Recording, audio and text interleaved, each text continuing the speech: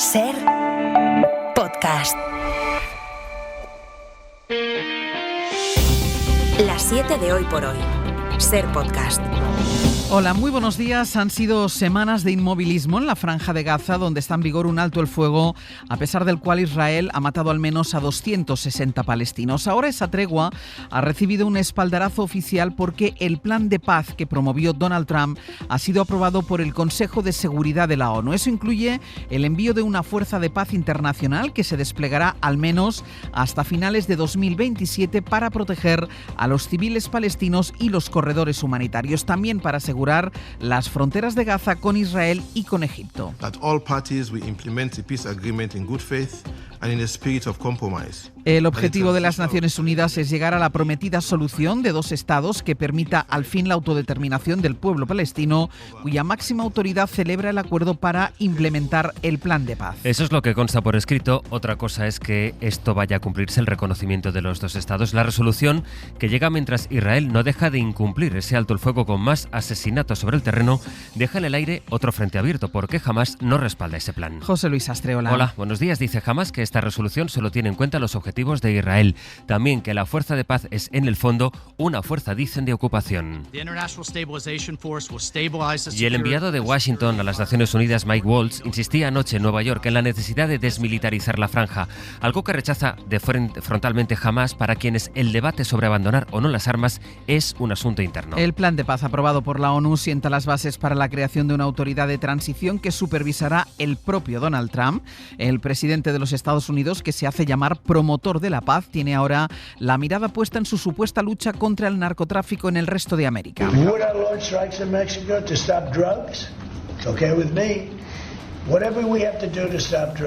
Preguntado por si autorizaría ataques en aguas de México, respondía: me parece bien, hagamos lo que haga falta, aunque no ha aclarado si la Casa Blanca contempla llevar a cabo estos ataques. Lo que se ha dejado claro Trump es su intención de tomar medidas contra, en este caso, Venezuela. Tenemos que ocuparnos de ese país, decía, y ha vuelto a acusar al régimen de Maduro de fomentar el traslado ilegal de presos venezolanos a Estados Unidos.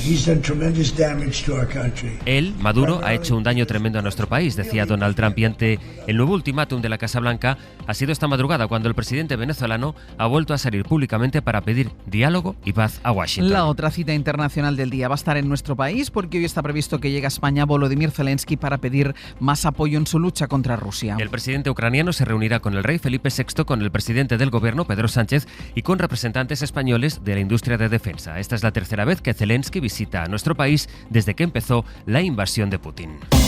La crónica de la mañana vuelve a estar atravesada por la situación de Carlos Mazón, que ayer compareció en la comisión del Congreso que investiga la DANA y lo hizo para de nuevo desvincularse de cualquier responsabilidad. Negó Mazón que tuviera mando operativo alguno en el CECOPI. Es más, dijo, de nuevo, que no tenía por qué estar allí, que eso no retrasó el envío de la alerta a los teléfonos móviles. Entre otras cosas, dijo Mazón, porque no existía un protocolo para el envío del mensaje S-Alert, algo a lo que le respondió de esta manera Gabriel Rufián, de Esquerra. Sí que me piden literalmente que desmienta dos claras. Usted ha dicho que no existe un protocolo de S-Alert.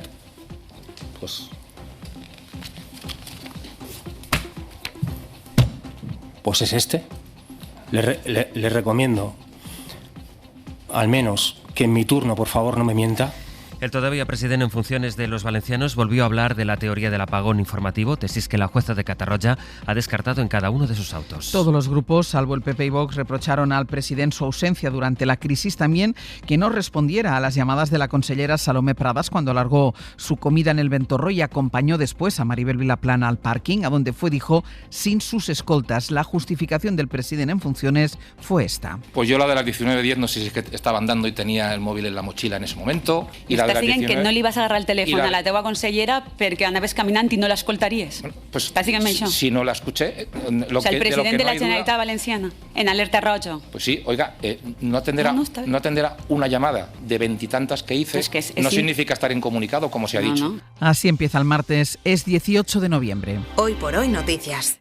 Ser Podcast. El nombre de Feijóo fue otro de los que planeó en la comparecencia de Mazón de ayer, entre otras cosas porque varios grupos querían saber cuándo y cuántas veces habló el todavía presidente con el líder de su partido. Porque fue el propio Feijóo quien había dicho que estuvo en constante contacto con Mazón aquel 29 de octubre. Agustín Rodríguez Sahagún, buenos días. ¿Qué tal, Ángeles? Buenos días. Aunque ayer el presidente en funciones dijo que el líder del PP se interesó por la situación en Valencia a las 9:30 de la noche y que se enviaron algún mensaje, dijo vía WhatsApp. A pesar de las menciones a su líder, en el PP evitan hacer valoraciones de la comparecencia de Mazón. En Génova incluso dicen que no la escucharon porque a esas horas estaban reunidos. Para la izquierda, la declaración de ayer es una evidencia más de las mentiras del presidente que dicen acabará sentado ante la justicia. Ana Fernández Vila. Génova se esforzó ayer por pasar de puntillas por la comparecencia de Mazón, asegurando incluso que ni siquiera la habían visto y tratando de desviar el foco hacia el gobierno central. No he podido escuchar esas declaraciones, pero lo que sí que es claro es que el presidente Mazón ya declaró la comisión de investigación de las Cortes Valencianas, está dando explicaciones en el Congreso, ha presentado su dimisión y creo que el resto ni sabemos dónde estaba, ni sabemos dónde tenía el teléfono, ni sabemos nada. El portavoz Juan Bravo respondía así al ser preguntado por esas palabras de Mazón, asegurando que no cogió el móvil porque lo tenía en la mochila. Afirmaciones que para el PSOE son un insulto más de Mazón a la política y a las víctimas en su empeño de exculparse ante sí mismo y judicialmente. Diana Morán. Viene a decir que el presidente de la Generalitat Valenciana no tiene por qué tomarse en serio una emergencia. No sé si ese relato se lo cuenta él para poder dormir por las noches o es directamente ya su relato judicial. Sumar espera que la comparecencia sea la antesala de su entrada en prisión. Lo que empezó en el Ventorro, dicen, debe acabar en Soto del Real. Entre tanto, en el Gobierno han iniciado las acciones legales contra la Comunidad de Madrid, que ha sido la única que se ha negado a crear un registro de médicos objetores para practicar abortos. Isabel Díaz Ayuso se justifica diciendo que la medida solo sirve para señalar a los profesionales. La realidad, la función del registro, sirve para garantizar que las mujeres puedan abortar en la sanidad pública. Radio Madrid, Javier Carrera. El Gobierno ya ha iniciado los trámites para llevar a Madrid ante los tribunales, pero Ayuso sigue en rebeldía y vuelve a recurrir a una supuesta libertad para no cumplir la ley como harán el resto de comunidades. Aún así, para la presidenta, los autoritarios son los demás. ¿Y dónde queda la libertad de los profesionales sanitarios de leyes sectarias? Solo podemos encontrar respuestas sectarias como la suya a modo de dictadores. Lo que no explica Ayuso es que ese registro no será público, será de uso interno para garantizar el derecho al aborto en todos los hospitales. En Moncloa creen que lo que hace la presidenta madrileña es atentar contra la libertad, precisamente, de las mujeres. En eso incide el ministro y líder de los socialistas madrileños, Óscar López. Los dictadores son los que se saltan la ley. El derecho al aborto es un derecho de las mujeres en Madrid y no se tienen que ir a ningún sitio, tienen que ejercer su derecho en su comunidad. Un derecho que también pide respetar la ministra de Sanidad, Mónica García, recordando que Madrid envía al 99% de las mujeres a abortar a la sanidad privada. Las 7 de Hoy por Hoy. Ser Podcast. Coincidiendo con los 50 años de la muerte del dictador Franco, el Consejo de Ministros tiene previsto aprobar esta mañana el Real Decreto que catalogará los vestigios que aún quedan del régimen. Restos de la dictadura como insignias, placas o nombres de calles que se pueden ver a lo largo del país. A partir de esta norma, una comisión trabajará en la elaboración de una lista de elementos a retirar o resignificar para cumplir así con la ley de memoria. Laura Gutiérrez. Sí, la aprobación hoy de ese Real Decreto será el primer paso para que empiecen los trabajos de una comisión técnica que elaborará el catálogo de vestigios franquistas. Afectará a edificios, escudos, insignias, placas y elementos adosados a edificios públicos o situados en la vía pública, a topónimos o callejeros en los que se exalte la sublevación militar y la dictadura a sus dirigentes o participantes. En algunos casos se retirarán, en otros, cuando haya un valor artístico o arquitectónico, se resignificarán. El ministro espera la colaboración de las comunidades. Ángel Víctor Torres, anoche en Hora 25. ¿Cómo se puede alguien oponer a realizar exhumaciones, a devolver las personas a sus familiares, a la dignidad, a la no repetición, a la justicia, ¿no?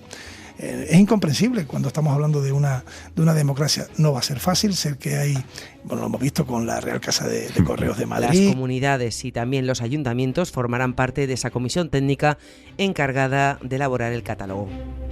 Ser Podcast. Y el otro asunto que el Gobierno ha empezado a mover es la reforma de la financiación autonómica, que ha sido uno de los puntos de fricción con las comunidades. La ministra de Hacienda dice que respetarán las singularidades territoriales y se compromete a presentar la propuesta antes de que termine febrero. Un anuncio que llega en un complicado contexto para el Ejecutivo, que quiere sacar adelante unos presupuestos a pesar de que a priori y tras la ruptura de Junts los números no dan. Aún así, el Ejecutivo pondrá hoy en marcha el mecanismo para iniciar el debate de las cuentas, que es la aprobación del techo de gasto y la senda de déficit. Jordi Fábrega. Hoy saldrán del Consejo de Ministros hacia el Congreso los dos primeros pasos para la elaboración de los presupuestos. Se trata del techo de gasto, que previsiblemente subirá y que tiene que ser debatido, aunque no votado en la Cámara, y de la senda de déficit, que sí necesita en este caso el visto bueno del Congreso. La propuesta de senda permite a las autonomías incurrir en déficit de 1/10 hasta 2028, es decir, que les permite un descuadre en total de 5.500 millones entre los 3 años. Es un gesto hacia ellas, dice la ministra María Jesús Montero. Si los territorios o los partidos que sustentan los gobiernos autonómicos no la quieren, esa senda, en la Administración General del Estado estamos encantados de que esa décima pase a engrosar algún otro subsector que es imprescindible para que podamos cumplir con los compromisos de Bruselas. Junto al techo de gasto y la senda de estabilidad, el Gobierno subirá hoy hasta el 2,9% su previsión de crecimiento para la economía española este año. Un medicamento para la pérdida de peso ha conseguido acabar también con los llamados antojos de comida, aunque solo durante unos meses. Es lo que muestra un experimento que publica la revista Nature y que refleja cómo este tipo de medicamentos no consigue frenar el denominado efecto rebote. Javier Ruiz Martínez. Una paciente con obesidad que había probado todo tipo de terapias, tratamientos y dietas acabó tomando tircepatida, el principio activo del medicamento Mounjaro, uno de los competidores de Ozempic. Accedió a que su cerebro fuera monitorizado con unos electrodos. El resultado de esta prueba lo publica Nature. La tircepatida silenció la zona del cerebro, el núcleo accumbens, relacionada con los antojos, el placer y los atracones compulsivos de comida. No obstante, el efecto, advierte el estudio, se revirtió con el tiempo y la actividad neuronal típica del descontrol alimentario en la paciente regresó solo a los 5 meses, aunque seguía tomando la dosis máxima de tircepatida. Los investigadores avisan, por tanto, es otra prueba más de que el impacto del fármaco en el cerebro es solo temporal y que el efecto rebote también se produce por esta circunstancia. Hoy por hoy noticias. Ser Podcast. Las noticias de este tramo de radio nos llegan desde Andalucía. Diego Suárez, buenos días. Buenos días, Ángels. Y desde Baleares con Mamen Municio, ¿qué tal? Muy buenos días. Hola, buen día. Diego, empiezo contigo y con lo que está pasando con el autor del cartel de la cabalgata de los Reyes Magos de Sevilla, que está denunciando ciberacoso, llamadas de amenazas, porque ha incluido en la obra una camiseta del Betis. Sí, se ha liado otra vez. Ángel, Vale, Fernando. Es que no os puedo dejar solos. Bueno, él se llama Fernando Vaquero, es el autor del cartel que anuncia la llegada de los Reyes Magos a Sevilla. Dice que ha recibido efectivamente llamadas de madrugada amenazándole, que ha recibido insultos, denuncias en las redes y todo porque en su pintura, que muestra a un niño corriendo hacia sus regalos de Navidad, lo pueden ver en la web de Radio Sevilla, hay una camiseta del Betis y hay también una túnica de la Hermandad de la Macarena. Esas supuestas críticas vendrían de aficionados del Sevilla y de cofrades de la Esperanza de Triana, pero la polémica da ya para analizar hasta la posición del niño, al que se ve de espaldas corriendo hacia los regalos, y la camiseta del Betis colgada a la derecha ya ha sido superada por el niño, lo que da pie a este comentario de Francisco Jesús Macías, un sevillista. Y yo lo he entendido a la primera. Refleja como un niño deja atrás la camiseta del Betis y tiene la ilusión de ir corriendo a sus padres porque este año espera que le llegue la camiseta del Sevilla. Bueno, está claro, ¿no? El niño deja la camiseta del Betis atrás porque no le interesa y va en busca de su padre para que le dé la del Sevilla. En fin, más allá de la broma, Ángel, desde aquí nuestra condena total al acoso claro que está sufriendo el sí. artista, que dice que no ha cobrado ni un euro por la obra encargada por el Ateneo de Sevilla, que es quien organiza la cabalgata, y la constatación de que hay mucha gente ociosa de verdad, esperando y es que además la más mínima estas oportunidad. cosas hay que vivirlas con eso, pues con humor, pues y divirtiéndose. De verdad, bueno, es la guasa sevillana. Sí, eso también, como la del audio que hemos escuchado. Detenidas 2 octogenarias por robar y vender 37 monedas de oro en Mahón. Sí, todo parte del robo de las piezas de numismática a una vivienda alquilada en una casa de una céntrica calle de Mahón. Ahí el propietario, que es coleccionista de este tipo de objetos, pues parece ser se las había dejado olvidadas al acoger a sus inquilinas en el año 2023. Meses después comprobó que las monedas habían desaparecido e interpuso pues la correspondiente denuncia en la comisaría. Las monedas son 2 sudafricanas, 7 relacionadas con la historia de Estados Unidos y 28 históricas de la República de México, y han podido ser recuperadas en la misma intervención policial. Las 37 monedas de oro fueron vendidas a terceras personas, posiblemente coleccionistas o, quién sabe, dispuestos a lucrarse revendiéndolos. Eran residentes también en Mahón y Ferrerías. Las piezas, las monedas, estarían valoradas en 30.000 euros. En cuanto a las detenciones de esas octogenarias, hay que decir que ahora están en libertad provisional. Todo apunta a que podrían ser las personas que residían en la vivienda alquilada, aunque la policía no lo ha precisado, y es que aún no se ha dado por concluida la investigación, por lo que podrían producirse más detenciones. Lo que estaremos también pendientes es la edad media de estas nuevas detenciones, claro. Veremos en qué acaba. Este jueves en Cádiz se va a realizar el mayor simulacro de la historia de España, un maremoto que va a movilizar a más de 20.000 personas. Sí, si alguien todavía no sabe en Cádiz que va a tener lugar este simulacro, se va a llevar un buen susto, porque va a sonar una alarma en el móvil de todos los vecinos, se van a desalojar todos los colegios, edificios de oficinas públicas, privadas. Antonio Sanz es el consejero de la Presidencia y Bruno García, el alcalde de Cádiz. Un simulacro que va a poner a prueba la respuesta de Andalucía ante un tsunami en la costa gaditana. En algún momento de la mañana llegará un mensaje a todos los ciudadanos de Cádiz, donde se pondrá... se dará orden de desalojar a todos los hoteles, centros de mayores, la zona franca, el puerto, se extenderá Ángel, Rota, Chipiona, Conil, San Roque, todo para estar preparados por si algún día, ojalá no ocurra nunca, hay alerta de tsunami, y desde luego el simulacro del que darán buena cuenta las coplas del carnaval. Seguro, lo ponemos en la agenda jueves que viene. Diego Mamen, gracias. Un beso. Hasta luego. Y vamos ya con nuestra recomendación cultural para empezar el día. Hoy Pepa Blanes nos recomienda la adaptación del libro Anatomía de un instante a la pequeña pantalla. Pocas veces una voz en off en el cine o en la televisión funciona como lo hace en Anatomía de un instante, la serie de Alberto Rodríguez sobre el golpe de Estado del 23F. En el invierno de 1981 el país respiraba una atmósfera de golpe de Estado. ¡Todo el mundo quieto! ¡Suelo! ¿Cómo se echaba a Suárez? La respuesta que debió dar la clase dirigente española es la única posible en una democracia, mediante unas elecciones. ¡Quieto todo el mundo! Sin embargo, la respuesta fue otra. La serie se fija, como hacía el libro, en ese momento preciso en que entró el golpista en el Congreso y 3 personajes se quedaron de pie mirando fijamente. A ellos dedica los 3 primeros capítulos: a Adolfo Suárez, el falangista de provincias y vendedor de neveras; a Carrillo, el comunista que acepta la monarquía; y a Gutiérrez Mellado, un golpista que acaba parando un golpe de Estado.